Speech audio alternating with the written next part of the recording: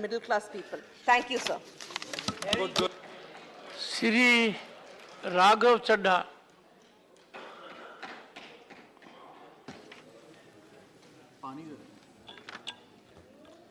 Sir, on behalf of my party, the Aam Aadmi Party, I rise to speak on the supplementary demand for grants for the financial year 2022-2023. Sir, सरल भाषा में कहूं तो वित्तीय वर्ष की शुरुआत में सरकार को जितना खर्च आवंटित किया गया था वो सारा पैसा खर्च करने के बाद आज अतिरिक्त पैसा मांगने सरकार इस सदन के भीतर आई है। काश ये सुविधा देश के आम आदमी के पास भी होती सर, जो महीने की 25 तारीख को अपना बटुआ खाली देखकर 5 दिन संघर्ष करके 1 तारीख आने की इंतजार करता है। Sir, supplementary demand for grants 2 चीजें में से एक अवश्य दर्शाता है। पहली चीज, क्योंकि सरकार को अतिरिक्त पैसे की जरूरत पड़ी, तो पहली चीज यह है कि जब वित्तीय वर्ष की शुरुआत में सरकार को पैसा चाहिए था तो सरकार ने अपना जो वित्तीय बजट था उसे अंडर एस्टिमेट कर प्रेजेंट किया ताकि वित्तीय घाटे को सुंदर करके उसका सौंदर्यकरण करके दिखाया जाए।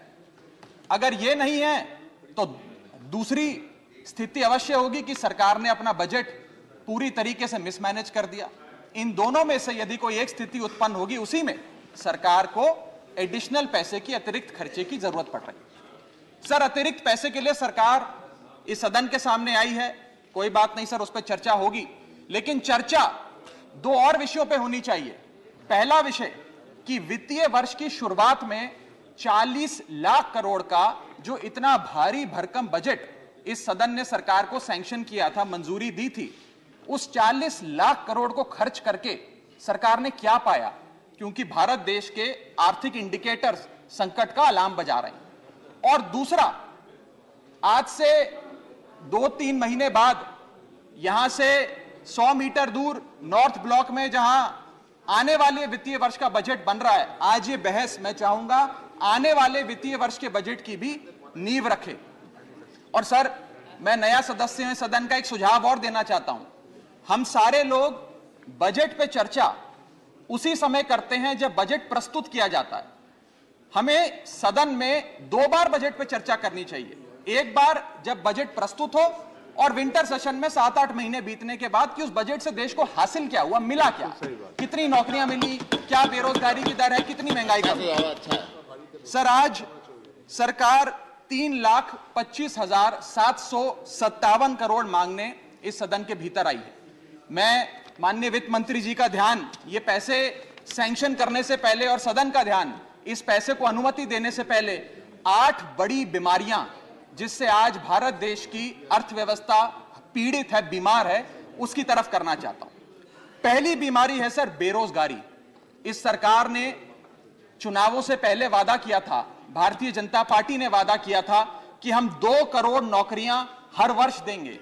सर, नौकरियां तो नहीं आई, लेकिन इस वित्तीय वर्ष में बीजेपी की सरकार ने बेरोजगारी दर को 45 सालों में सर्वाधिक कर दिया। सर, 45 ईयर हाई पे अनएम्प्लॉयमेंट रेट कर दिया। सर, 2014 में जब बीजेपी की सरकार बनी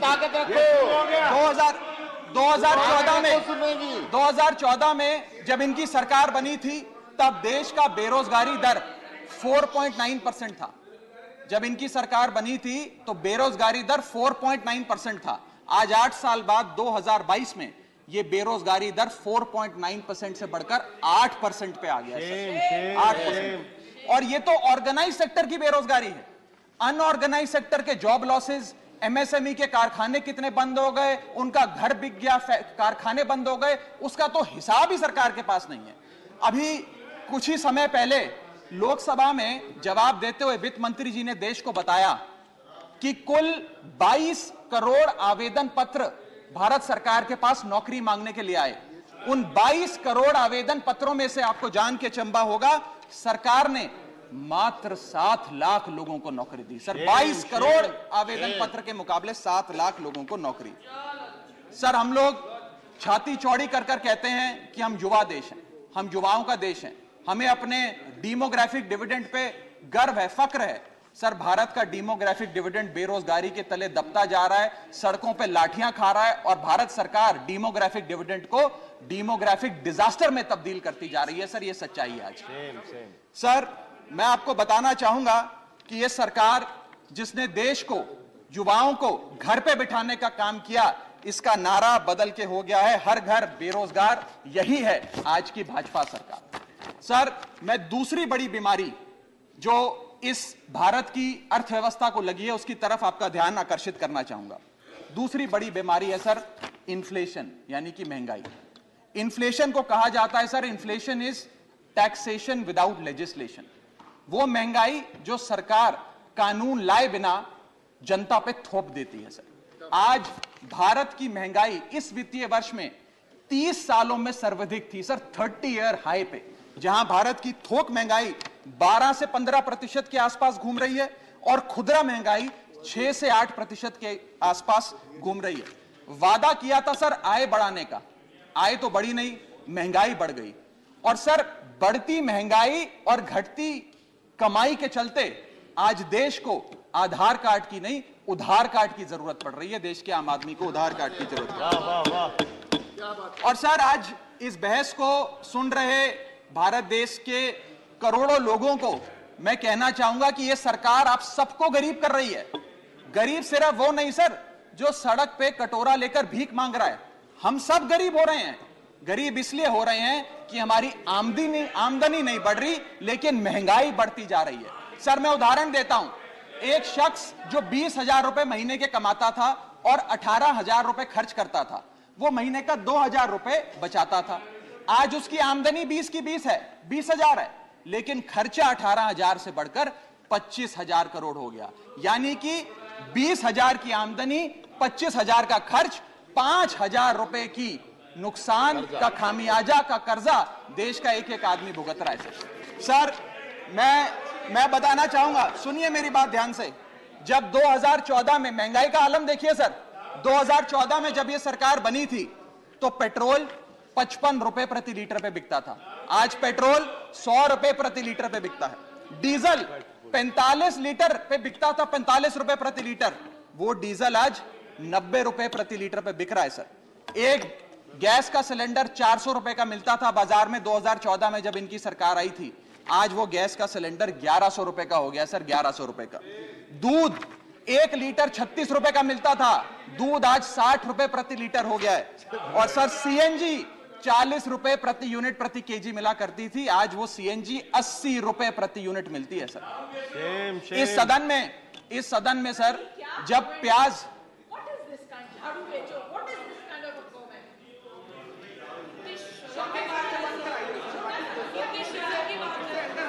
सर आपका प्रोटेक्शन चाहिए, आपका प्रोटेक्शन चाहिए सर, ये बात सही है सर। प्रोटेक्शन चाहिए। कमेंट से देखिए सर आप।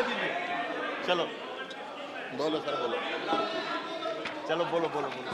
Sir sir sir sir sir जब देश में, I am not yielding but sir, इस देश में जब प्याज के दाम 100 रुपए प्रति केजी के ऊपर हो गए और इस सदन में हंगामा हुआ, तो माननीय वित्त मंत्री जी ने कहा कि मैं प्याज नहीं खाती, तो मुझे उनके भाव से, प्याज की कीमतों से कुछ लेना देना नहीं है। ये मेरा विश्वास है सर कि माननीय वित्त मंत्री जी आटा, चावल, दाल, दूध, दही, पनीर तो अवश्य खाती होंगी, क्योंकि इन सब के भाव बढ़ गए।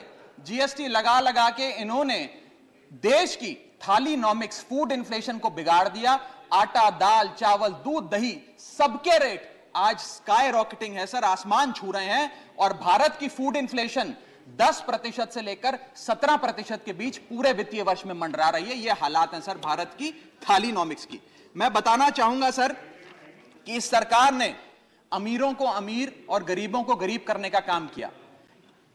पर कैपिटा इनकम किसी भी देश की आर्थिक स्वास्थ्य का एक बहुत बड़ा इंडिकेटर होता है।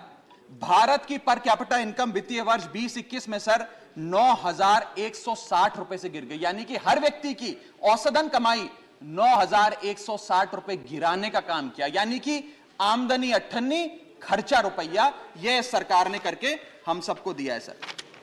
तीसरी बड़ी बीमारी जो भारत की अर्थव्यवस्था को लगी हुई है वो है आर्थिक सुधार का झांसा, the hoax of economic recovery. इस वित्तीय वर्ष के पहले क्वार्टर में भारत की आर्थिक विकास दर 13.5% थी। दूसरा क्वार्टर आते आते, जिसे फेस्टिवल क्वार्टर कहते हैं, जिसमें बड़े बड़े त्योहार आते हैं, जिसमें खपत भी बढ़ती है, उत्पादन भी बढ़ता है, मांग भी बढ़ती है, उस क्वार्टर में आर्थिक विकास दर 13.5% क्वार्टर 1 के मुकाबले गिरकर 6.3% पे आ गई सर, यानी कि आधी हो गई।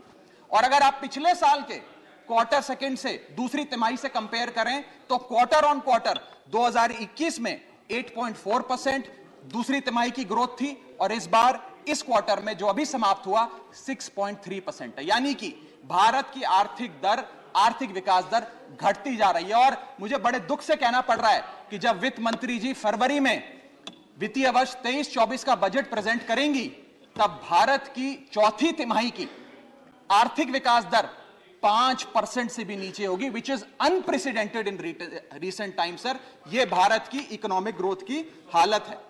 और यह वर्ष तो जो बीत गया, इस वर्ष तो आपने आर्थिक जो विकास दर था उसकी ऐसी तैसी कर दी। अगले साल के आर्थिक विकास दर के आंकड़े सुनिए। सरकार चाहती है हम 8% पे आगे बढ़ें। वर्ल्ड बैंक कहता है वित्तीय वर्ष 23-24 में हम मात्र 6% पे ग्रो करेंगे। क्रिसिल कहता है हम 6% पे ग्रो करेंगे। ओईसीडी कहता है हम 5.7% पे ग्रो करेंगे। गोल्डमैन सैक्स कहता है हम 5.3% पे ग्रो करेंगे, और आईएमएफ कहता है हम 5.1% पे ग्रो करेंगे। यानी कि भारत की अर्थव्यवस्था में ऊपर जाने की बजाय हमारी व्यवस्था नीचे आ रही है सर। चौथी और एक बड़ी बीमारी जो भारत की अर्थव्यवस्था को लगी है वो है द डेट क्राइसिस। भारत सरकार की देनदारी, भारत सरकार पे चढ़ा बहुत बड़ा कर्ज। सर 1947 से लेकर 2014 तक, यानी कि इन 67 सालों में कई पार्टियों की सरकारें रहीं, केंद्र में कई पार्टियों ने शासन किया। इन 67 सालों में तमाम पार्टियों की सरकारों ने मिलकर कुल कर्जा 55 लाख करोड़ का लिया था, और बीते 8 सालों में 2014 से 2022 में इस बीजेपी की सरकार ने कुल कर्जा 85 लाख करोड़ रुपए लिया। यानी कि एक तरफ 67 सालों का, बीते 67 सालों का 55 लाख करोड़ का कर्जा, और इस सरकार ने अकेले 8 सालों में 85 लाख करोड़ रुपए का कर्जा ले लिया। मैं पूछना चाहता हूं इनसे कि ये तो मुफ्त की रेवड़ी भी नहीं बांटते, ये तो मुफ्त की रेवड़ी में भी विश्वास नहीं रखते, तो फिर इनका कर्जा इतना कैसे बढ़ता जा रहा है? ये पैसा जा कहां रहा है, किसकी जेब में जा रहा है? दोस्तवाद की नीति के तहत कौन से इनके दोस्त हैं जिन्हें फायदा पहुंचाया जा रहा है? ये मैं पूछना चाहता हूं सर 2014 में जब भाजपा की सरकार बनी तो government debt to GDP ratio 40% था, मात्र 40%। आज government debt to GDP ratio इस देश में 90% छू रहा है सर, 90%। और इस देश की डेट की स्थिति बढ़ाकर 1,55,000 करोड़ का 1,55,000 करोड़ का कुल कर्जा इस देश ने लिया सर। पांचवी बीमारी जो भारत की अर्थव्यवस्था को लगी हुई है, पांचवा बड़ा रोग, किसानों का संकट। सर मैं बताना चाहूंगा कि बड़े बड़े उद्योगपतियों के, अपने दोस्तों के बड़े बड़े लोन्स इन लोगों ने माफ कर दिए, लेकिन भारत देश के किसान की जो कर्जा था, जो डेट था, वो पिछले 8 सालों में 53% बढ़ा है, कम नहीं हुआ सर, 53% इंक्रीज हुआ है, जिसके चलते आज एवरेज फार्मर डेट, पर फार्मर डेट इस देश की 74,000 रुपए, यानी कि 74,000 रुपए का कर्जा आज देश के हर किसान के सर पर है सर। अगर किसान अपना कर्ज का भुगतान नहीं करता तो उसके नाम के नोटिस चिपकाकर किसान की बदनामी करती है यह सरकार, और बड़े बड़े उद्योगपति जो लाखों करोड़ रुपए डकार गए उन्हें बिजनेस क्लास में बिठा के देश से रवाना करती है सर ये सरकार। सर आज हमारा देश का अन्नदाता, देश का किसान जो हमारा पेट भरता है, जो हमें खाना देता है सर, आज वो जहर खाने को मजबूर हो गया है। एनसीआरबी का डेटा बताता है कि वित्तीय वर्ष 21-22 में 10,851 किसानों ने आत्महत्या करी। यानी कि इस देश में औसत रोज के 30 किसान आत्महत्याओं की आती है। 30 किसान रोज इस देश में आत्महत्या कर रहे हैं। हम आजादी का अमृत महोत्सव मना रहे हैं, and 30 farmers per day in this country commit suicide sir. मैं अपने ट्रेजरी बेंचेस पे बैठे मित्रों को यह भी कहना चाहूंगा कि किसान भोला है, भुलक्कड़ नहीं है। वो ये नहीं भूला कि 1 साल आपने उसे खुले आसमान में सड़कों पे आंदोलन करने के लिए उतारा था, जिसमें 800 से ज्यादा किसानों की शहादत हुई सर। और सर किसानों के बारे में मैं एक आपको बड़ी महत्वपूर्ण जानकारी देना चाहता हूं। किसानों की आय दुगनी करने का वादा सरकार ने किया था कि हम बढ़ाएंगे और दुगनी करेंगे। आय दुगनी करना तो छोड़ दीजिए, स्टैंडिंग कमेटी ऑन एग्रीकल्चर की रिपोर्ट बताती है कि 4 से ज्यादा राज्यों में आय बढ़ाना तो दूर, 30% किसानों की आय घट गई सर, बढ़ाना तो दूर की बात।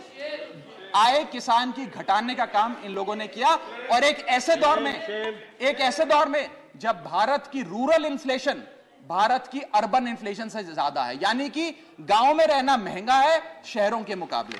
सर मैं छठी बीमारी पे आता हूं। जो छठी बीमारी भारत की अर्थव्यवस्था को लगी हुई है सर, वो है प्राइवेट सेक्टर इन्वेस्टमेंट में गिरावट। 2 बड़े फायदे इस सरकार ने कॉर्पोरेट जगत को दिए। पहला, कॉर्पोरेट टैक्स कम करके 30% से घटाकर 22% कर दिया, जिसमें 1.5 लाख करोड़ का फायदा 1.5 लाख करोड़ का फायदा कॉर्पोरेट्स को दिया, और सरकार का हर साल का 1.5 लाख करोड़ का नुकसान कराया। और दूसरा बड़ा फायदा, अपने दोस्तों के उद्योगपतियों के पिछले 5 वित्तीय वर्षों में 10 लाख करोड़ रुपए राइट ऑफ कर देने, वो माफ कर देने। ये 2 बड़े फायदे उन्होंने रियायतें। Honourable member, you have twice made observations अपने दोस्तों के।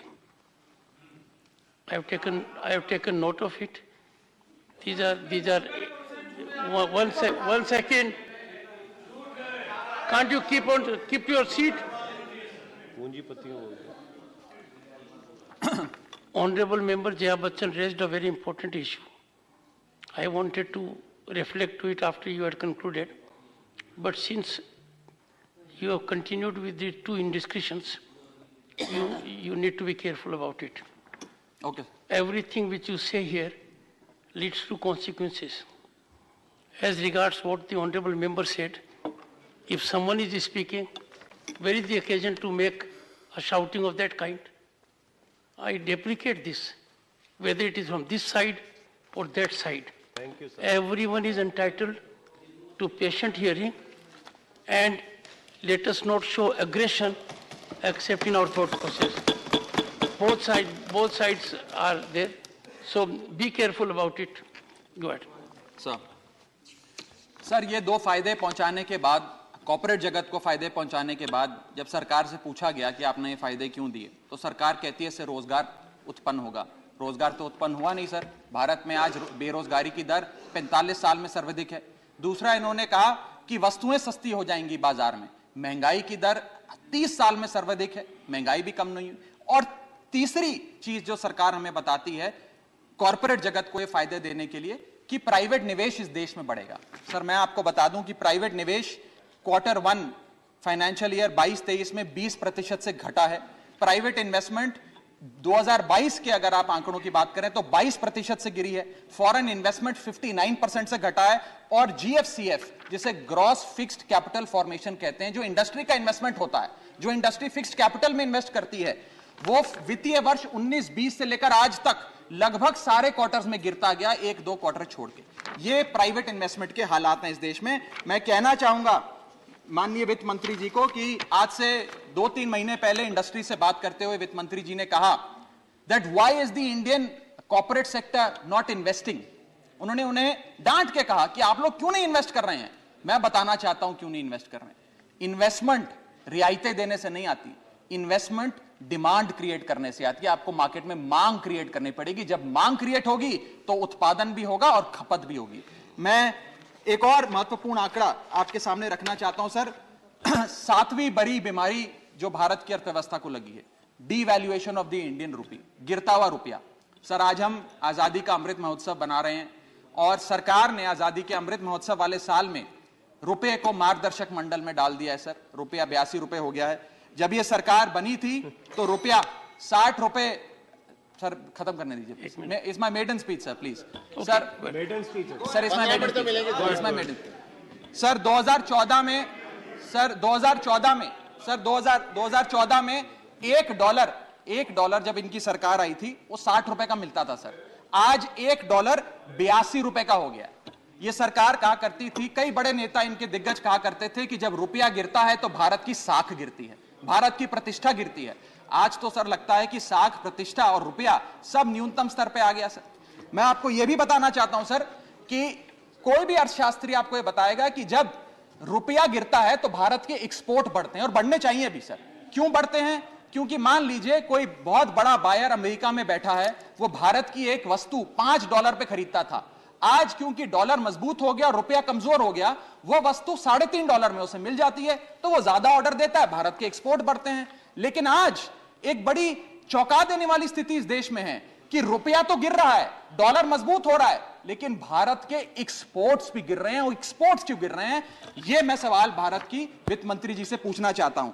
इस ईयर ऑन ईयर आंकड़ों की हम बात करें अक्टूबर 2022 की, तो 16.7% से भारत के एक्सपोर्ट्स कॉन्ट्रैक्ट हुए सर, यानी कि रुपया भी गिर गया और भारत के एक्सपोर्ट्स भी गिर गए। ना खुदा मिला ना विसाले सनम, ना इधर के रहे ना उधर के रहे। सर 8वीं बड़ी बीमारी जो भारत की अर्थव्यवस्था को लगी है वो है the failure of the startups. पूरे देश में, पूरी दुनिया में घूम घूम कर सरकार के बड़े नेताओं ने कहा कि भारत अब एक स्टार्टअप नेशन बन गया है, दुनिया में भारत अब दुनिया की स्टार्टअप कैपिटल बोला जाएगा। मैं बताना चाहता हूं सर, क्या कभी वित्त मंत्री जी ने मुड़ के भारत के स्टार्टअप्स की हालत देखी? आज भारत में 10% से भी कम स्टार्टअप्स अपनी 5वीं सालगिरह पूरा करते हैं। ईयर ऑन ईयर 37% का डिक्लाइन स्टार्टअप में इन्वेस्टमेंट में है। और अनअकैडमी हो, ओला हो, कार्स 24 हो, वेदांतु हो, बाइजूस हो, मीशो हो, चार्ज भी हो, उड़ान हो, ये सारे बड़े स्टार्टअप्स, जो ये बड़े बड़े स्टार्टअप्स जिन्हें हम न्यू इंडिया की न्यू इकोनॉमी कहकर पूरे विश्व में प्रचारित करते हैं, इन सारे स्टार्टअप्स ने नौकरियां से लोगों को निकालकर हजारों लोगों को बेरोजगार करने का काम किया। सर मैं आता हूं डिमांड फॉर ग्रांट्स पर, सप्लीमेंट्री डिमांड फॉर ग्रांट्स। ये मैं पढ़ रहा था सर, 3,25,757 करोड़ सरकार ने मांगे हैं। इसमें 1 लाख करोड़ एक सब्सिडी के लिए हैं, 80,000 करोड़ दूसरी सब्सिडी के लिए हैं, 45,000 करोड़ तीसरी सब्सिडी के लिए, और ऐसे सब्सिडी के पैसे मांग रहे हैं। सर ये डिमांड फॉर ग्रांट्स कहां है? ये तो डिमांड फॉर सब्सिडी है। और जब हम लोग दिल्ली में अरविंद केजरीवाल जी की सरकार गरीब आदमी को मुफ्त बिजली देती है, मुफ्त पानी देती है, मुफ्त शिक्षा देती है, मुफ्त स्वास्थ्य देती है, तो इनको हमारी सब्सिडी रेवड़ी लगती है सर। इनकी सब्सिडी, हमारी सब्सिडी रेवड़ी, ऐसा तो नहीं होगा सर। ये करें तो पुण्य, हम करें तो पाप। हमारी सब्सिडी भी सब्सिडी है, इनकी सब्सिडी भी सेफ। और मैं चाहूंगा सर, इस देश में बहस होनी चाहिए और आप वो बहस कराएं सर कि रेवड़ी क्या है, सही मायने में क्या मुफ्त की रेवड़ी और क्या मुफ्त की रेवड़ी नहीं है। सर यहां बैठे सभी सांसदों को और लोकसभा में बैठे सभी सांसदों को सर 34 हवाई यात्राएं मुफ्त मिलती हैं। सर हमें 50,000 मुफ्त बिजली मिलती है प्रति एनम। सर 40 लाख लीटर मुफ्त मिलता है। सर अगर आज अरविंद केजरीवाल जी की सरकार 300 यूनिट बिजली मुफ्त दे देते हैं आम आदमी को, 20,000 लीटर मुफ्त दे देते हैं, तो इन्हें दर्द होता है। अरे सुनो साहब, सुनो, शांति से सुनो सर, सुनने की हिम्मत रखो साहब, सुनो गुप्ता जी, सुनने में तकलीफ है। सर उनको तो बढ़ाओ ना। सर मैं बताना चाहूंगा इस देश के मैं महत्वपूर्ण आंकड़ा दे रहा हूं सर। इस दुनिया में, बस कंक्लूड कर रहा हूं सर, ओवर सर इस दुनिया, Come on. Please, honorable member, please. Sir इस दुनिया में, Right, but please. सर इस दुनिया में, Leave it to the chair. Sir इस Conclude, देश, please conclude. बस कंक्लूड कर रहा हूं सर, मेरे बस 2 पन्ने रह गए सर। सर इस देश के नहीं 12 पढ़ चुका हूं सर। इस दुनिया में 40 ऐसे विकसित देश हैं सर, Conclude now, जो conclude. बस कंक्लूड कर रहा हूं सर। इस दुनिया में 40 ऐसे Middle विकसित speech is देश 15 हैं। minutes only. इस दुनिया 20 second minute. सर बस कंप्लीट कर रहा हूं सर। इस दुनिया में 40 ऐसे विकसित देश हैं जो मुफ्त बिजली, मुफ्त पानी, मुफ्त शिक्षा देते हैं। सर वो इसलिए मुफ्त नहीं देते क्योंकि वो विकसित हैं सर, वो इसलिए दे पाते हैं, उन्होंने ये सारी चीजें मुफ्त देकर ह्यूमन रिसोर्सेज में इन्वेस्ट किया, इसलिए विकसित बने। डॉक्टर सर अंत में मैं कंक्लूड करते हुए मैं कंक्लूड कर रहा हूं सर आखिरी आइटम पे sir supplementary demand for grants में पढ़ रहा था sir. Supplementary demand for grants के अंदर एक बड़ा दिलचस्प लाइन आइटम है, मैं सबका ध्यान चाहूंगा sir supplementary demand for grants में एक बड़ा दिलचस्प लाइन आइटम है, मैं पढ़ के सुनाना चाहूंगा। For purchase of land and ready built office accommodation for the enforcement directorate 30 crore rupees. Sir खाली 30 करोड़ रुपए ईडी के लिए, इनका बेस्ट परफॉर्मेंस देने वाला विभाग है, सारे नेताओं को जेल में डाल दिया। इसके लिए तो 30 लाख करोड़ लेना चाहिए, खाली 30 करोड़ से बात नहीं बनेगी।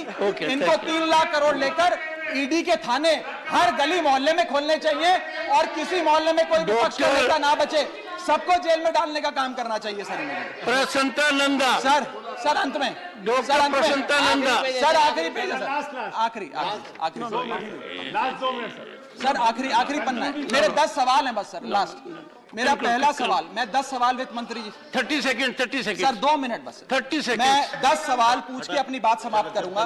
पहला सवाल, does the honourable finance minister know the market price of 1 kg of wheat, 1 kg of rice and 1 liter of milk today?